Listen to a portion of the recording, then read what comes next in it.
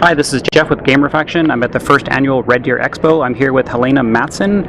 Thank you very much for the interview. Thank you. So, you were born in Stockholm? Yes, Stockholm, Sweden. So, what can you tell me about that era, like that side of the country that got you focused into acting? I always loved theater and going to the theater and stuff like that growing up, and I ended up going to acting school, and I always thought I was going to be on stage. But then, I traveled to London and went to acting school there, and I auditioned for a project that was shooting in LA and ended up getting the part. So it was kind of random how I ended up in the States. Was was it Sweden, Ohio? Yes, series? yes. It was a sitcom, and I didn't speak much English, but I was supposed to have a heavy accent, so it worked out well.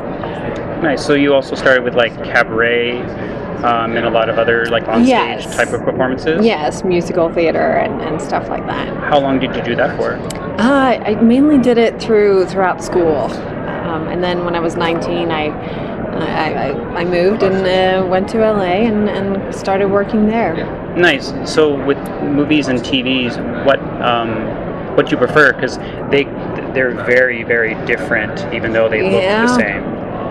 Yeah, to me, it's I love doing both movies and television. It's more about when you read a script and when you feel like, oh, this is a story I want to be part of, or a story I want to tell, or a group of people I really want to work with. It's more about that than whether it's shown on television or in a movie theater. Nice, and you've also done commercials doing the Nespresso. yes, I did that. In the beaver suit with Danny DeVito and George Clooney. How did that come to be? That was just a little random thing that came through that I thought would be fun, and it was definitely a fun day hanging out with the guys and shooting that little spot. Yeah. Nice. So with like TVs and stuff like that, I've seen that you were part of another series. I can't remember the exact title, but it was like 666. Yeah, 666 Park Avenue. Yes. That was kind of like an actual series for you, because I've seen that you've had like a 3-arc here and like Desperate Housewives. That's one episode like The Mentalist.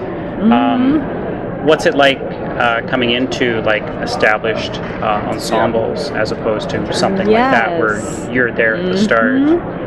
Yeah, it's quite different, because then you jump into a show that you've sometimes already seen on TV, or sometimes you have not, and it's always quite interesting because they've already built a dynamic, and the show already has a tone, and so then you kind of have to just go with the flow and go with what's happening, versus when you start from the beginning doing a pilot, which I don't know if everyone knows, but we always shoot a pilot at first, and then if it's picked up, you do a whole series, and then you're really in there from the beginning and developing a character and building the show from the begining.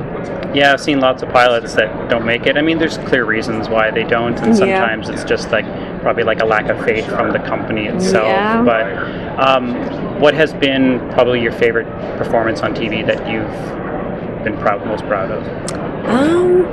I don't know. It's this year I shot a really amazing pilot that took place in the 40s, and it was a dream role of mine.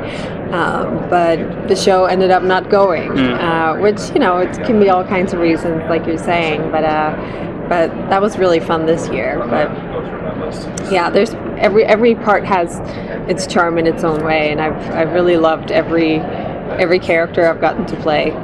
Nice. Is there a certain type of either character or genre that you're still kind of waiting for, like whether it's like playing someone like extremely bad, or like again like a timeline film? Yeah, definitely. I'm definitely drawn to those period pieces. That's definitely fun, and I haven't really done a musical yet so far, which is what I thought I was going to do growing up. So that could be kind of fun. But so far, I've been lucky to do lots of different genres, which is really exciting. Nice.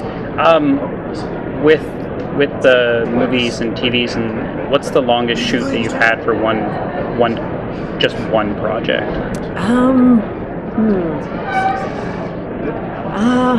Gosh, which one would be the longest? I can't remember, but it's.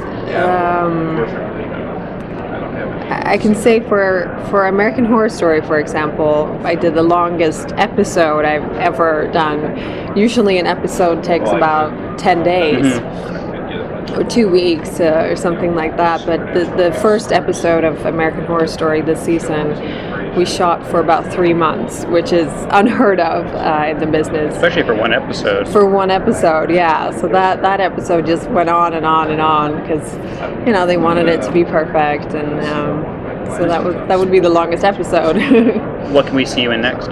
I'm in Code of Honor. It's a movie that's out just now with Steven Seagal. Okay. I have another movie coming out this year that's called The Loner.